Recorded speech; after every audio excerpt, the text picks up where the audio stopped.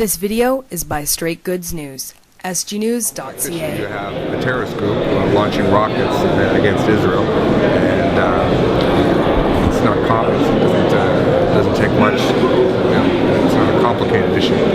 What we are pleased is that this new government in Egypt has accepted its responsibilities as a major player in the region and used the influence that it has for good. And we welcome that. Again, we're cautiously optimistic. We want to wait and see how things progress on an hour-by-hour basis. So the Middle East is not a complex issue? Not the Middle East. You had a terrorist group launching rockets on its neighbor to get them. So the Palestinian question is a much larger one, but the issue before us is a series of rockets attacks, numbering over 1,000 over the course of 10 days, 2 weeks. We are, like I said, we are cautiously optimistic about the events in recent hours. So what would it take for this to... In your opinion, what would it take? I think if the rocket attacks were to stop against Israel, I think there's good reason to believe. So the blame here lies only on the Palestinian side? Well, you have on the Palestinian side. No, we're not putting any blame on the Palestinian people. We're putting the blame on the terrorist organization Hamas, who is sending rockets targeting civilians. Mr. Baird, do you think it's address the election?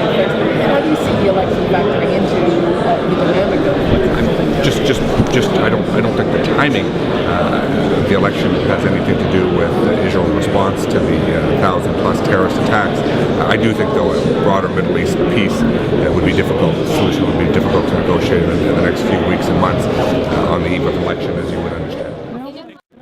Mr. Baird, thanks.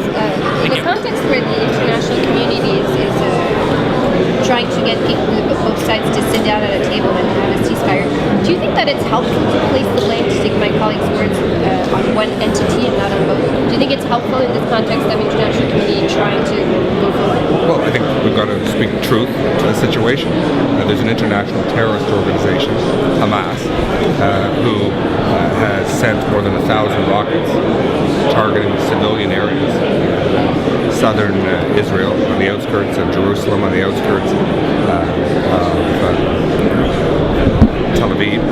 They executed 6 people, summary style, and dragged one's body from a motorcycle around the table. We're dealing with Hamas, a listed terrorist organization, attacking the state. I think just about everyone agrees that Israel has a right to respond, and I think we can't have any moral relativism between Hamas and the terrorist organization and Israel, a liberal democracy.